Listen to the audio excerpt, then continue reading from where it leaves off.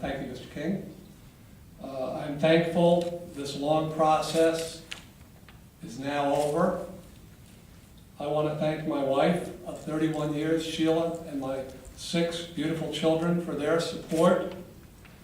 I want to thank the people of Sterling who have stood by me and extended me the privilege of representing them for 14 years. If there is a lesson here, it is that we should attempt to settle our political differences civilly and through political debate, not by attempting to diminish one's opponent by falsely accusing them of misconduct. I take great pride in serving the people of Sterling. I'm proud of Sterling, and I will continue to improve the lives of the residents of Sterling.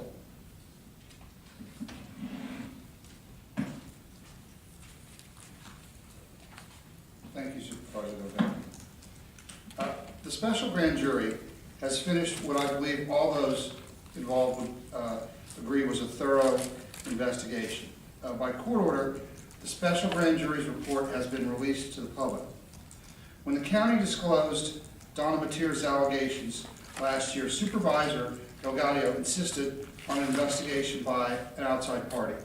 When Theo Stamos was appointed as a special prosecutor, Supervisor Delgaudio asked the public to withhold judgment until the investigation was finished. After the special grand jury was impaneled, Supervisor Delgaudio cooperated fully. He provided all of the documents requested.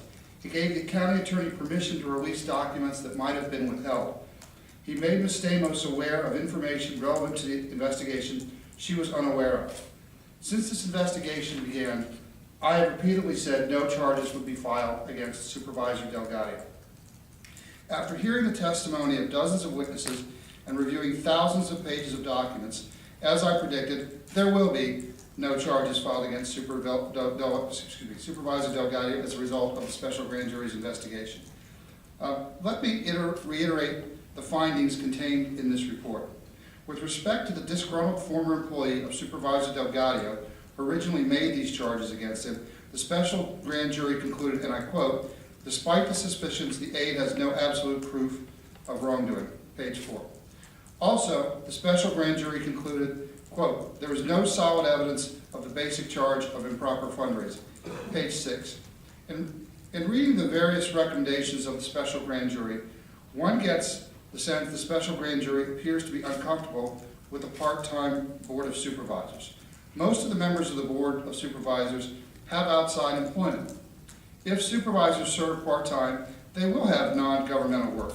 Wearing multiple hats creates an element of complexity as to what supervisors do, but Loudoun County does not want or need or cannot afford a full-time board of supervisors. What is different here is that Supervisor Delgaudio's outside work is for a pro-family, pro-traditional marriage, grassroots lobbying organization rather than a commercial company. And the organization for which he works, Public Advocate, takes stands on controversial issues, pro-family positions which offend some of the folks who live in Loudoun County. The emphasis of the special grand jury's report is on recommended ethics law changes. By recommending so many changes to the General Assembly, the grand jurors may have interpreted their task too broadly. Call me old-fashioned, but I believe the special grand jury's role was to investigate possible wrongdoing under existing law. A special grand jury is a body which meets in secret. It takes testimony and reviews documents without any requirement that it follow the rules of evidence that apply in normal courts. The special grand jury can base its actions purely on hearsay testimony, which would not be admissible in court. The accused is not present, nor is his lawyer present. The person targeted for investigation has no right to confront witnesses against it.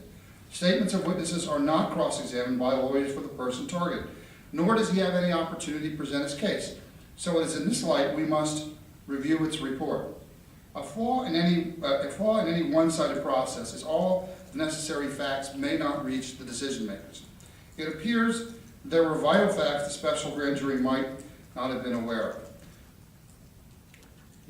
Talking about the atmosphere inside Supervisor Delgaudio's office, and leaving aside the question of whether his office work environment merits inclusion in the report, the truth is that Supervisor Delgaudio is seldom in his county office.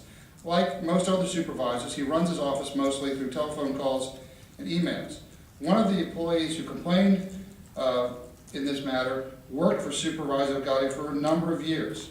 And both of the employees who complained about the office environment left under circumstances one would expect a former employee to be unhappy about. Potential misuse of county resources.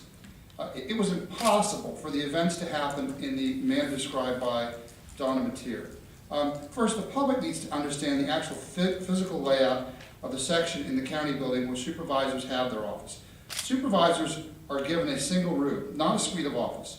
Each office is about the size of your standard Loudoun County guest bedroom, and all of the offices are on one hall. At all relevant times, Ms. Mateer was one of two aides working in what would kindly be described as a cluttered office. The size of this office and its proximity to the other offices would make it unlikely Ms. Mateer could make phone calls constantly without being noticed by another supervisor's aide. I have records of the outgoing calls from Supervisor Delgaudio's office.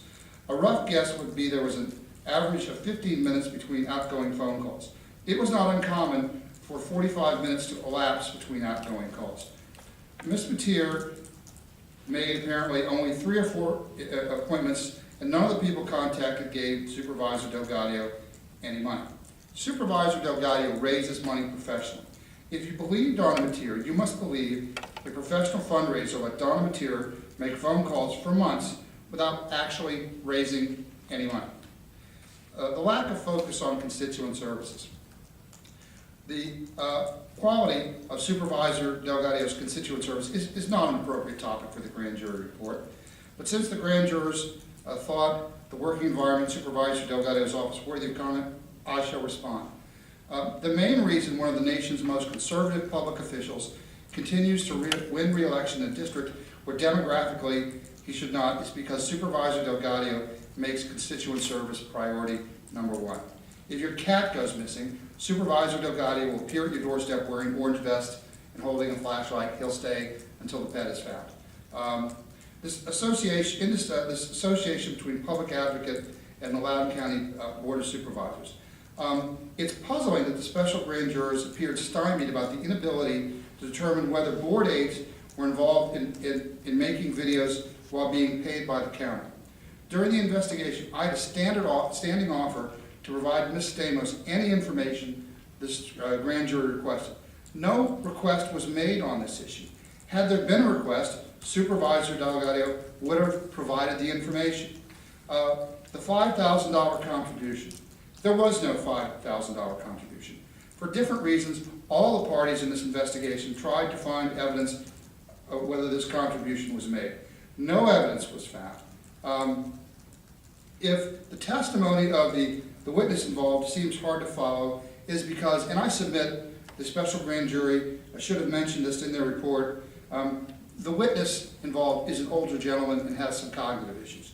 So if it's hard to understand, there is a reason. There are a couple of other comments I'd like to make. So far, nobody has acknowledged the kindness Supervisor Delgaudio showed Donna Mateer. In a bad economy, Supervisor Delgaudio knowingly gave a woman with children and without great financial means a job. And when he hired her, he knew she needed a job. In Virginia, there are ethical limits on prosecutors commenting on cases. So there may not be further public comment from Ms. Stamos.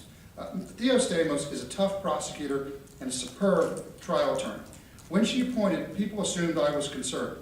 I was relieved. I knew Theo Stamos would play it straight. If she found wrongdoing by Supervisor Delgaudio or anybody else, she would show them no quarter. If not, she would say so.